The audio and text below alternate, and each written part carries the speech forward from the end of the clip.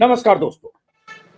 3 दिनों तक supreme court में एसआईआर पर चली दलील के बाद आज सुप्रीम कोर्ट का एक बड़ा फैसला आया जो चुनाव आयोग के लिए बड़े झटके की तरह है और उन तमाम याचिकाकर्ताओं के लिए बड़ी जीत की तरह है, बल्कि कहें पहली जीत की तरह है जो सुप्रीम कोर्ट के दरवाजे तक गए थे और लगातार बिहार के वोटर्स के मताधिकार की लड़ाई लड़ रहे थे। उन 65 लाख लोगों के जिनके वोट काटे गए थे, उन पर सवाल उठा रहे थे। 22 लाख से ज्यादा लोग मृतक कैटेगरी में थे, लेकिन चुनाव आयोग ये सब कुछ बताने को तैयार नहीं था। लेकिन आज 3 दिनों तक चली सुनवाई के बाद, बड़े बड़े वकीलों की बहस के बाद, दलीलों के बाद, जिसमें वकील न होकर भी योगेंद्र यादव ने भी परसों 25 मिनट तक सुप्रीम कोर्ट में 2 जजों की पीठ के सामने दलीलों से अपनी बात रखी और सुप्रीम कोर्ट के जजों को कहना पड़ा कि आपका एनालिसिस बहुत एक्सीलेंट है। तो आज मैं कहूंगा कि एक्सीलेंट फैसला आया है अगर पहले फैसले को देखें। हालांकि अगली तारीख मुकर्रर है 22 अगस्त, लेकिन जो फैसला है, 2 लाइन बताता हूं और उसके बाद योगेंद्र जी चूंकि लगातार देख रहे थे, याचिकाकर्ता भी हैं, एक्टिविस्ट भी हैं और एक तरह से पार्टी भी हैं। सुप्रीम कोर्ट ने कहा है कि 65 लाख लोगों की जानकारी वेबसाइट पर अब देनी होगी चुनाव आयोग को कि मृतकों की कैटेगरी में कौन है, शिफ्टेड की कैटेगरी में कौन है, एब्सेंट की कैटेगरी में कौन है, और सबसे बड़ी बात, एक और बात, कि जिनके नाम कटे हैं वो अब एग्रीड पर्सन के तौर पर अपील कर सकते हैं और आधार को पहचान पत्र के तौर पर शामिल कर सकते हैं। तो बहुत बड़ा फैसला है, पहली जीत लेकिन बड़ा फैसला, इसलिए कि चुनाव आयोग पूरी तरह से जिद पर आ रहा था। ये न तो 65 लाख की जानकारी देने को तैयार था और न आधार को किसी तरह से मानने को तैयार था। बाकी क्या कुछ हुआ, क्योंकि लगातार योगेंद्र यादव देखते सुनते रहे। योगेंद्र जी, आपकी पहली प्रतिक्रिया, आपकी दलीलों को जस्टिस सूर्यकांत ने कहा एक्सीलेंट एनालिसिस, उनके वर्ड है, तो इस फैसले को क्या कहेंगे आप? शुक्रिया अजीत भाई, ये तो इनायत है जज साहब की बात की, लेकिन देखिए ये केस मेरे जैसे आदमी के बोलने से नहीं हारा जीता जाता। जो वकीलों की टीम ने जो शानदार काम किया है उसके लिहाज से होते हैं ऐसे बड़े केस डिसाइड। तो पहले तो मैं शुरुआत वकीलों की उस टीम को धन्यवाद करने से चाहूँगा और इस देश के सब नामी गिरामी जनता के पक्षीय जो वकील हैं सब खड़े हुए, पूरी उस टीम को सलाम। बहुत बड़ा फैसला है। हालांकि कोई कह सकता है कि अभी तो बहुत कम हुआ है, बिल्कुल ठीक बात है, लेकिन आज जो हुआ है इससे दिशा तय हो गई है। 3 बड़ी चीजें आज हुई हैं। दर्शकों की सुविधा के लिए मैं बता दूं, इस केस का अंतिम फैसला नहीं हुआ है। हमने सुप्रीम कोर्ट के सामने कहा था कि ये असंवैधानिक है, एसआईआर की पूरी प्रक्रिया को खारिज किया जाना चाहिए। सुप्रीम कोर्ट ने अभी उस पर ना हाँ कही है ना कहा है कि हाँ इस पे हम विचार करेंगे। लेकिन उन्होंने कहा कि अभी जब हम विचार कर रहे हैं, 1-2 अंतरिम आदेश देने जरूरी है और आज 2 अंतरिम आदेश मिले हैं। तो मैं इसको, ये ना अंतिम है ना एकमात्र अंतरिम है। अंतरिम वो होता है जो कोर्ट कहता है अभी अंतिम आदेश देने से पहले हम ये फैसला कर देते हैं। ये पहला अंतरिम आदेश है और मुझे उम्मीद है अगले शुक्रवार को कोई दूसरा अंतरिम आदेश भी आएगा और धीरे धीरे, जिसे कहते हैं ना, चूड़ी टाइट होती जाएगी, थोड़ा थोड़ा चूड़ी टाइट करनी शुरू की है।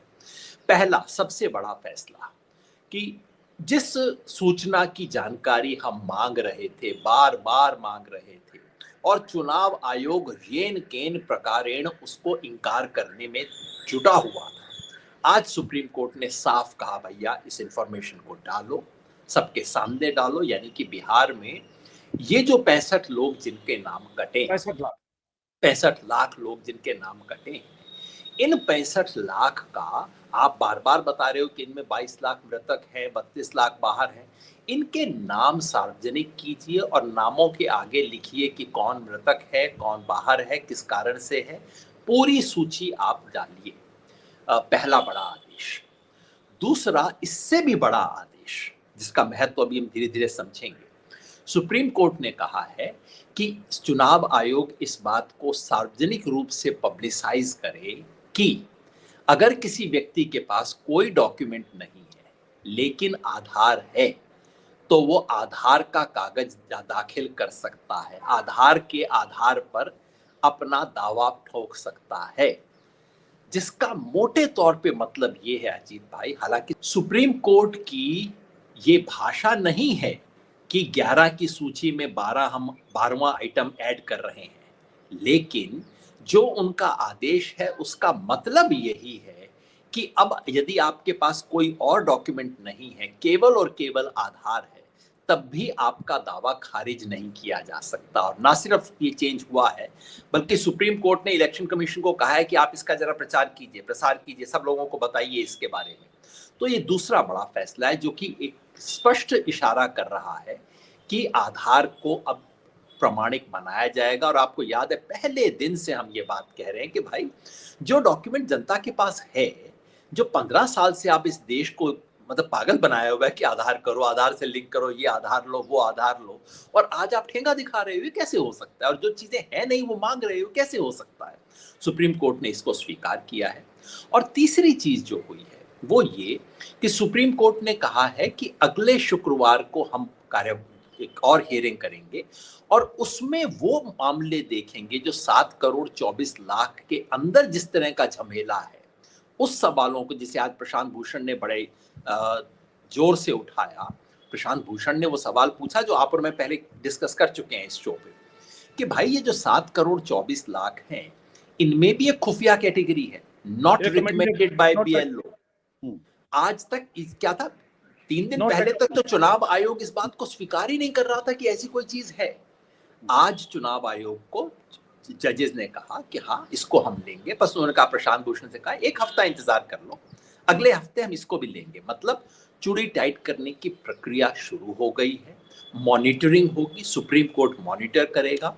और जिस किस्म की स्वच्छंद हरकतें चुनाव आयोग कर रहा था, उसके ऊपर एक ब्रेक लगा है। और बड़ी बात यही है अजीत भाई, पिछले 1.5-2 महीने से हम लोग इस अभियान में लगे हैं और आप अपनी पत्रकारिता के धर्म के अभियान में लगे हैं, सच्चाई उजागर करने के लिए।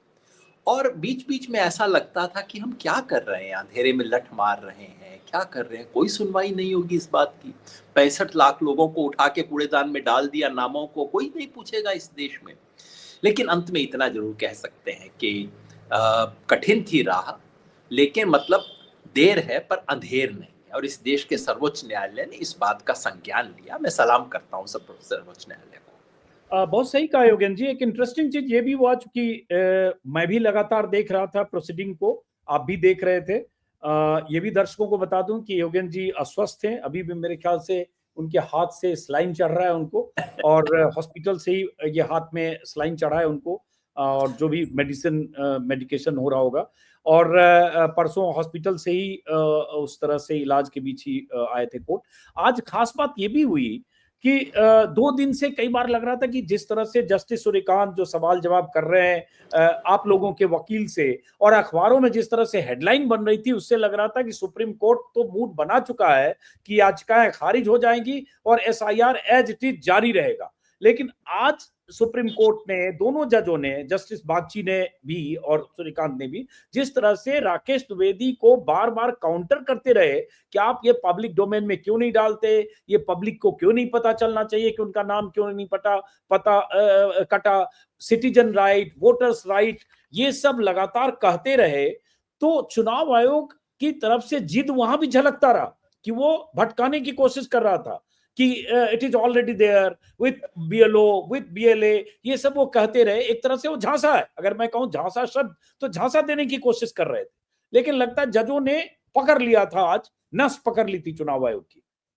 बिल्कुल। और इसलिए पिछले 2 दिन से मीडिया में जो रिपोर्ट किया जा रहा है वो भ्रामक है। मैं आज सुबह ही आपसे फोन पे कह रहा था, कैसा स्थिति आ गई है इस देश में मीडिया की कि आप देखिए क्या होता है। एक तो कुछ लोगों को तो समझ नहीं आती सुप्रीम कोर्ट की कार्यवाही, मैं दोष नहीं देता, और टेक्निकल चीजें हैं, कई बार समझ नहीं आती। लेकिन कई ऐसे लोग हैं जिन्हें पूरा कुछ समझ आता है, और फिर उसके बाद जानबूझ के ऐसी रिपोर्टिंग हो रही थी मानो कि सुप्रीम कोर्ट पिछले 2 दिनों से अपना एसआईआर के पक्ष में अपना रुझान जाहिर कर रहा है, मानो कि सुप्रीम कोर्ट कह रहा है नहीं नहीं, आधार की तो कोई जरूरत ही नहीं है। देखिए क्या होता है, जब भी पिछले 2 दिन हमारा पक्ष यानी कि जो पिटिशनर है उनका पक्ष प्रेजेंट हो रहा था, जब भी वो प्रेजेंट होता है हमेशा जजेस लोग उसको काउंटर क्वेश्चन करते हैं। ऐसे आप कैसे कह सकते हैं, मान लीजिए ये हो, अगर मैं ये कहूं तो, वो होता है। वो जज का ओपिनियन नहीं है, वो आपसे पूरा सच उगलवाने के लिए, पूरी बात उगलवाने के लिए आपको काउंटर क्वेश्चन और आपकी दलील और आपका इंफॉर्मेशन समझने के लिए बिल्कुल कर रहे हैं। और उन काउंटर क्वेश्चंस को कोर्ट के ओपिनियन की तरह बड़े बड़े अखबार छाप रहे थे तो मुझे तो बिल्कुल लग रहा था कि ये मीडिया में जो सुप्रीम कोर्ट की रिपोर्टिंग हो रही है वो या तो इलेक्शन कमीशन के ऑफिस में हो रही है या एक और ऑफिस में हो रही है जो आप जानते हैं उसका नाम क्या है, वहां से तय हो रही है। बड़ा हैरानी। खैर आज तो उसका दूध का दूध पानी का पानी हो गया, सच्चाई सामने आ गई। पर आपने जो महत्वपूर्ण बात कही वो ये कि इतनी साधारण सूचना देने में आज इलेक्शन कमीशन ने कितनी हिलो हुज्जत की, हर तरह से कोशिश की कि ना दे। सीधा दर्शक को समझना चाहिए सूचना हम क्या मांग रहे थे कि भाई आपने 65 लाख लोगों का नाम 24 जुलाई तक था, 24 जून तक था, 1 अगस्त को उनका नाम हट गया। आप कहते हैं कि हटने में हमारा कोई दोष नहीं है, इन लोगों ने फॉर्म नहीं भरा, और फॉर्म इसलिए नहीं भरा कि इनमें से 22 लाख तो मर ही गए थे, 32 लाख लोग बाहर थे इत्यादि। आप कह रहे हो, बिल्कुल मेरे को एग्जैक्ट आंकड़ा दे रहे हो। तो फिर अजीत अंजुम कहता है कि जरा डेट की लिस्ट आप मेरे को दे दो ना, मैं जाके चेक कर लूंगा। ये चुनाव आयोग नहीं करना चाहता क्योंकि उन्हें और देख लिया। मैं इसको दूसरी तरह से कहता हूं कि जैसे वो जस्टिस सूर्यकांत ने कहा कि अनीता कुमारी को पता होना चाहिए कि उनका नाम क्यों कटा, या पूनम देवी के परिवार को पता होना चाहिए, यही उनके शब्द थे कि पता होना चाहिए कि पूनम देवी का नाम क्यों कटा। तो भाई हम ये छोड़ दीजिए कि अजीत अंजुम या योगेंद्र यादव किसका जानना चाहते हैं। मैं अगर राघव पासवान हूं, मेरा नाम कट गया, तो मुझे ये पता होना चाहिए कि मैं डेड लिस्ट की वजह से कट गया जिंदा होके मुर्दा, या मैं यहीं हूं और मुझे शिफ्टेड मान लिया गया, या मेरे पास एक ही इपिक है और मुझे डबल इपिक में काट दिया। ये तो वोटर के राइट को एक तरह से के खिलाफ था चुनाव आयोग का रवैया। यही बात जजेस ने बार बार कही। और देखिए चुनाव आयोग ने कितने खेल खेले। चुनाव आयोग का पहला जवाब था, मिलॉर्ड चिंता ना करें, सूचना तो हम दे चुके हैं। विशुद्ध झूठ है ये, किस आधार पे कह रहे थे? क्योंकि इन्होंने अपने हलफनामे में बिहार की कोई 10 पंचायत ढूंढ के, इतना बड़ा प्रदेश है, 10 पंचायत किसी भी तरह की मिल जाएंगी, 10 पंचायत का एक कागज कह दिया था, दिखा दिया था कि साहब देखिए यहाँ पे एक बीएलओ ने तमाम बीएलए की को बुला के उनके साथ मीटिंग की, उनके साथ में सूची साझा की है। चुनाव आयोग ने देश के सुप्रीम कोर्ट में ये झूठ बोला कि बिहार के हर गांव में हर बीएलओ ने तमाम जो पार्टियों के प्रतिनिधि हैं उनके साथ ये सूची ऑलरेडी साझा की हुई है। मैं चाहता हूं, हमारे बिहार के लाखों दर्शक देख रहे होंगे इस प्रोग्राम को, बताइए कि आपके गांव में सूची है? झूठ बोला। तो हमने कहा कि ये तो झूठ बोल रहे हैं। खैर चुनाव आयोग ने कहा चलिए मान लीजिए आपने दी होगी सूची। और देखिए जो उन्होंने हलफनामा दिया है अजीत भाई, वो भी कोई आज की सूची नहीं है, वो 16-17 जुलाई के जिक्र कर रहे हैं कि 16-17 जुलाई को हमने दे दी थी, मतलब इतना। खैर उसको छोड़ दी। चुनाव आयोग ने कहा चलिए अब तो अगर आपके पास ये सूची है तो आप इसको दे क्यों नहीं देते? सुप्रीम कोर्ट ने कहा, सुप्रीम कोर्ट ने कहा कि आप दे दीजिए। चुनाव आयोग को बोला तो चुनाव आयोग के वकील ने कहा हाँ हाँ, मतलब फंस गए, अब क्या कर बोले। उन्होंने कहा हाँ हाँ दे देंगे, हम गांव स्तर पे दे देंगे। तो उन्होंने कहा नहीं नहीं, गांव स्तर नहीं, आप ऐसा कीजिए जिला स्तर पर आप दे दीजिए ना। फिर उन्होंने कहा अच्छा हम जिले की वेबसाइट पे लगा देंगे। नहीं वेबसाइट पे तो बोला नहीं, जब जस्टिस बागची बार बार कर रहे थे उसके डिजिटल फॉर्म में क्यों नहीं देते? पब्लिक डोमेन में दीजिए, सर्चेबल दीजिए, तब वो जिले की वेबसाइट। पहले तो कर दे देंगे, जैसे दे देंगे ठीक है। और चुनाव आयोग क्या कह रहा था, देखिए लोगों को तो केवल गांव स्तर पे जरूरत होती है ना, हम हर बूथ में पकड़ा देंगे, आप चिंता ना करें। फिर जस्टिस बागची ने कहा कि नहीं, आप इसको एक सार्वजनिक तरीके से एक सूची क्यों नहीं दे देते? उन्होंने कहा कि हमने तो ऑलरेडी एक सर्चेबल सूची दी हुई है, जो झूठ है क्योंकि सर्चेबल सूची केवल जो लोग जिनका नाम लिस्ट में है उनके लिए है, बाकियों के लिए नहीं है। लेकिन जस्टिस बागची ने वहां भी पकड़ा और कहा कि देखिए सर्चेबल मतलब कोई ऐप मत दीजिए, ऐसी सूची हो जो कोई भी व्यक्ति देख सके। फिर चुनाव आयोग ने कहा इपिक नंबर डाले और उसको माइग्रेंट लेबरर कहीं बाहर है तो उसको पता चल जाए कि मैं किस लिस्ट में, मेरा नाम क्यों कट गया। और मुझे अपने पूरे गांव की सूची देखने का अधिकार हो। मैं सिर्फ अपने केवल एक व्यक्ति का नहीं, मुझे अधिकार होना चाहिए। जैसे जो ऑलरेडी 7 करोड़ 24 लाख की सूची है, उस सूची में मैं भी बैठा हुआ यहाँ दिल्ली में बिहार के किसी भी गांव की लिस्ट देख सकता हूँ, इसमें क्या एतराज की बात है? चुनाव आयोग ने हर संभव कोशिश की कि नहीं, ये तो हम नहीं देंगे। ये भी कहा कि इससे निजता के अधिकार का उल्लंघन होगा। वो चुनाव आयोग जो सुप्रीम कोर्ट का कोई फैसला सुनाने लगे, 7 करोड़ लोगों का नाम ऑलरेडी डाल चुका है, कह रहा था इस 65 लाख से निजता के सम्मान अधिकार का, उन लोगों की निजता जिनमें से 22 लाख की मृत्यु हो चुकी है। आप कुतर्क की सीमा देखिए चुनाव आयोग की। ये हुआ। फिर चुनाव आयोग ने कहा चलिए आप ऐसा कह रहे हैं तो हम ऐसा करेंगे, जिलों के वेबसाइट पे डाल देंगे। फिर हमारे वकील ने पॉइंट आउट किया कि जिलों की वेबसाइट कोई है नहीं, सीईओ की, डिस्ट्रिक्ट गोपाल इलेक्शन संगनारायण। ऑफिसर जी, कि डिस्ट्रिक्ट इलेक्शन ऑफिसर की तो कोई वेबसाइट नहीं होती। चुनाव सुप्रीम कोर्ट ने कहा चलो वो बना लेंगे, 48 घंटे के अंदर करना है। फिर आखिर में बाकी वकीलों के इंटरवेंशन के बाद ये तय हुआ। देखिए अब इनका समझिए, नियत इनकी देखिए, चुनाव आयोग के लिए सबसे आसान काम क्या है कि बिहार के सीईओ की जो वेबसाइट है, जहां ऑलरेडी 7 करोड़ लोगों के नाम डले हुए हैं, वहां ये लिस्ट भी डाल दें। चुनाव आयोग ने हर संभव कोशिश की कि आसान काम उसे न करना पड़े, और कहा कि हम 38 जिलों की वेबसाइट बना देंगे, वहां सूचना डालेंगे, यहां नहीं डालेंगे। आप सोचिए, मतलब इनकी मानसिकता खेल क्या है। खेल ये है अजीत भाई कि जैसे ही सारा डेटा एक वेबसाइट पे डलेगा, आप जैसा कोई कंप्यूटर में माहिर व्यक्ति, आपकी टीम का कोई व्यक्ति सबको डाउनलोड कर लेगा। डाउनलोड करने के बाद सर्च करना शुरू करेगा कि कितने डेड लोग इसमें ऐसे हैं जिनका नाम यहाँ भी है, वहां भी है, इत्यादि है। ये नहीं चाहता चुनाव आयोग, ये नहीं चाहता कि कोई उसके काम की जांच करे। और इसका या किसी गांव में शिफ्टेड में, परमानेंटली शिफ्टेड में उसका वोट कट गया, पता चला हम गांव में, पता चला वो 3 पीढ़ी से वहीं बैठा हुआ है, वहीं गांव के चबूतरे पे बैठा हुआ, कह रहा मेरा नाम कट गया, मैं शिफ्ट कहाँ हूं। मतलब चुनाव आयोग की समस्या थी कि ये सूचना एग्रीगेटेड फॉर्म में ना दी जाए, ये डिसएग्रीगेटेड फॉर्म में दी जाए इस सूचना को। मैं और उन्होंने कहा, जब कहा कि हम जिले की वेबसाइट पे डालेंगे, कहा कि जिले के हर बूथ का हम अलग अलग सूचना डाल देंगे। मैंने खेल ये है, कहीं सूचना ऐसी फॉर्म में ना आ जाए जिसको पढ़ के आप उसको कंप्यूटर पे लेके एक्सेल फॉर्म में डाल के आप उसको एनालाइज कर सकें। तो हर संभव कोशिश की, लेकिन जज साहिबान ने देखा, और अभी भी मेरे को कहीं तो मन में हल्का सा अभी भी झटका है, खटका है कि अंत में कैसी फॉर्मेट में डालेंगे, जरा देखते हैं। क्योंकि चुनाव आयोग एकदम बाजिद था कि ये सूचना तो नहीं देनी, देखी जाएगी जो कुछ भी हो। तो इसलिए ये बहुत बड़ी जीत हुई है, और अंत में फिर उनको ये मानना पड़ा कि ठीक है भाई, सीईओ की वेबसाइट पर जहां ऑलरेडी लिस्टें पड़ी हैं, वहां हम इन 65 लाख लोगों के नाम, कारण, हर व्यक्ति का, जैसा जस्टिस सूर्यकांत ने कहा कि भाई वो एक लिस्ट से पढ़ रहे थे, पूनम देवी और ये सब उनका नाम पढ़ रहे थे, क्या इसको पता तो होना चाहिए, इसको तो अधिकार है ना जानने का, वो तो एक होगा। इम्पोर्टेंट और बात कही उन्होंने, जस्टिस सूर्यकांत ने भी इसमें, कि भाई लेमैन फ्रेंडली डिस्प्ले होना चाहिए, और अब पब्लिक स्क्रूटनी के लिए जानकारी अवेलेबल होना चाहिए। जो ये छुपाना चाह रहे, पब्लिक स्क्रूटनी होनी चाहिए। भाई 7 करोड़ 24 लाख लोगों के जब नाम आ सकते हैं और 65 लाख लोग कट गए आ सकते हैं, तो भाई क्यों कटे, यही तो देना है।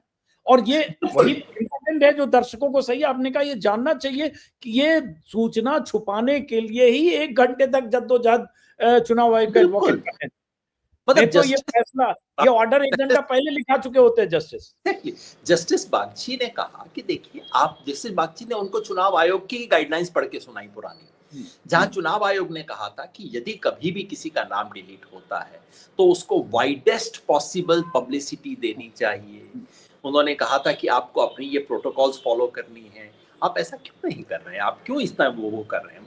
तो मतलब अगर कोई सचमुच देखता, तो मतलब अगर चुनाव आयोग की नियत आप समझना चाहते हैं, और दुर्भाग्यवश वो नियत जनता के पक्ष में नहीं थी, वो नियत लोकतंत्र के पक्ष में नहीं थी, पारदर्शिता के पक्ष में बिल्कुल नहीं थी। नियत थी कि जो सूचना न देनी पड़े बस उतनी, न जो देनी ही पड़ जाए बस उतनी सूचना देंगे, उससे ज्यादा कुछ नहीं देंगे। ये तो एक वो सवाल, चुनाव आयोग नहीं है जो इस देश ने 75 साल से देखा है। एक सवाल उसके बाद आता है काउंटर, कि ठीक है, कल चूंकि प्रशांत भूषण ने भी ये बात कही, परसों आपने भी कही कि ठीक है, एंट्री ऑर्डर आ गया, क्या 65 लाख की सूचना दे दें, और जिनका नाम ड्राफ्ट लिस्ट से बाहर है वो अपील करने के लिए ड्राफ्ट को, सॉरी, आधार को पहचान पत्र के तौर पर लगाएं। लेकिन अब सवाल उठता है कि आप लोग तो एसआईआर को चाहते थे, एसआईआर खत्म हो जाए, और अब अगर मान लीजिए 65 लाख में थोड़ी बहुत एम्बिग्विटी निकले, 1,000, 2,000, 5,000, 10,000 या जो भी है, और उस एम्बिग्विटी को सॉल्व कर लिया गया, तो इसका मतलब बाकी सब सही है। फिर तो इस जैसे होता है ना, आधा ग्लास भरा आधा खाली। नहीं अजीत भाई, जैसा मैंने कहा, ये पहला अंतरिम आदेश है। चुनाव आयोग ने आज स्पष्ट कहा कि देखिए, और जस्टिस सूर्यकांत ने भी कहा कि देखिए, हम टुकड़ों टुकड़ों में बांट के इसका कर रहे हैं समाधान। आज हम सिर्फ उस छोटे से टुकड़े को देख रहे हैं, छोटे से मतलब केस के छोटे से टुकड़े को देख रहे हैं, जहां ये 65 लाख लोग हैं। बाकी 7 करोड़ 24 लाख को क्या समस्याएं फेस करनी पड़ रही हैं, उसको अगले हफ्ते देखेंगे। और उन्होंने कहा इसकी संवैधानिकता है या नहीं है, इस सवाल पर अभी हम कोई विचार व्यक्त नहीं कर रहे, इसके बारे में चर्चा बाद में होगी। तो अभी से जरूर मेरे जैसा व्यक्ति तो मतलब मेरे को इस केवल ये सब कंसेशन मिल जाए ये पर्याप्त नहीं है, क्योंकि ये असंवैधानिक एक्सरसाइज है। मैं तो चाहता हूँ कि पूरी एक्सरसाइज, और मेरे को सिर्फ बिहार नहीं दिख रहा ना, मुझे तो पूरा देश दिख रहा है, ये पूरे देश पे लागू हो तो पूरे देश का सवाल होगा। लेकिन इसलिए मैंने कहा एक छोटा लेकिन बहुत महत्वपूर्ण कदम सही दिशा में आज हुआ है। लोकतंत्र पे जो जिस तरह का काले बादल मंडरा रहे थे यूनिवर्सल एडल्ट फ्रेंचाइज पे, और मैं सोचता था क्या ये दिन भी हमें देखना पड़ेगा कि इस देश में सार्वभौमिक वयस्क मताधिकार न रहे, कम से कम उस पे बादल छटने शुरू हुए। एक बात जो योगेंद्र जी ने कही, क्योंकि दूसरी जगह उनको कहीं जाना है, बस 2 मिनट में खत्म करेंगे, कि आपने पूरे देश की बात की। ये सही बात है कि शुरुआत बिहार से है, बंगाल है, केरला है, 6 राज्य अभी इसके साथ हैं, असम भी है, और उसके बाद पूरे देश की बात वो कर चुके रोल आउट का। तो अब सब जगह ऐसे ही होता अगर चुनाव आयोग की मंशा के हिसाब से आज फैसला होता। तो अब यहां से ये हुआ कि एक नजीर तो इस इंट्रीम ऑर्डर से बनेगा कि आप छुपा छुपी का खेल, लुका छुपी का खेल नहीं कर सकते, आपको पब्लिक स्क्रूटनी के मुताबिक सूचनाएं डालनी होगी। तो एक बहुत बड़ी चीज, हाँ, बेंचमार्क यहां से अब ये भी मान सकते हैं। और ये भी कि अब आगे भी आधार सब राज्यों पे लागू होगा। बिल्कुल, ये बिल्कुल। आधार वाला पॉइंट देखिए बहुत बड़ी चीज है, क्योंकि बार बार हमने कहा था कि 50% लोगों के पास उन 11 में से एक भी दस्तावेज नहीं है, और बिहार में 87% लोगों के पास आधार कार्ड है। तो भाई जो 87% के पास है उसको आप ले नहीं रहे हो, और 50% से कम जो है उसको आप मांग रहे हो, ये कहाँ की बात है।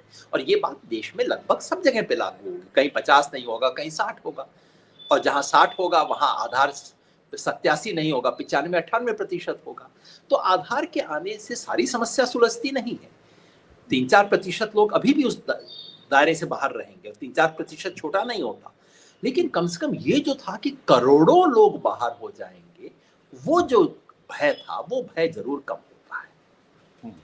चलिए, बहुत बहुत शुक्रिया योगेंद्र जी। और मैं फिर से कहूंगा कि बहुत बड़ी जीत उन तमाम वकीलों की जो, जिसमें कपिल सिब्बल, अभिषेक मनु सिंघवी, प्रशांत भूषण, वृंदा ग्रोवर, गोपाल शंकर नारायण, और भी 2-3 वकील, और शादान फरासत जिन्होंने मेरे लिए वकालत, बिल्कुल शादान फरासत, और उसके बाद आप जैसे याचिकाकर्ता भी, क्योंकि वकील तभी वहां पहुंचते हैं जब याचिकाकर्ता हो। तो याचिकाकर्ता और उन वकीलों के लिए आज बड़ी जीत का दिन है। मैं इसको पहली जीत भी कह सकता हूं, लेकिन बड़ी जीत, क्योंकि यहां से एक नजीर तो बना, जैसा उन्होंने कहा, आधार, और उसके बाद जो लुका छिपी का खेल, और उसके बाद अगली सुनवाई पर क्या होता है, उसके बाद ये लंबी प्रक्रिया है। फिलहाल बहुत बहुत शुक्रिया और बधाई आपको योगेंद्र यादव जी। आप वकील न होते हुए, आपने वकालत पढ़ी तो नहीं है ना? कभी नहीं पढ़ी भाई। वकील न होते हुए सुप्रीम कोर्ट के सीनियर मोस्ट जज की बेंच में, जो would be chief justice of India है सूर्यकांत, उनकी बेंच में आपने दलील भी पेश की, और उनका ये सर्टिफिकेट भी लेकर आए कि your analysis is very excellent. तो पहले दिन तो अगर उनकी इनायत है जज साहब की। चलिए, बहुत बहुत शुक्रिया योगेंद्र जी।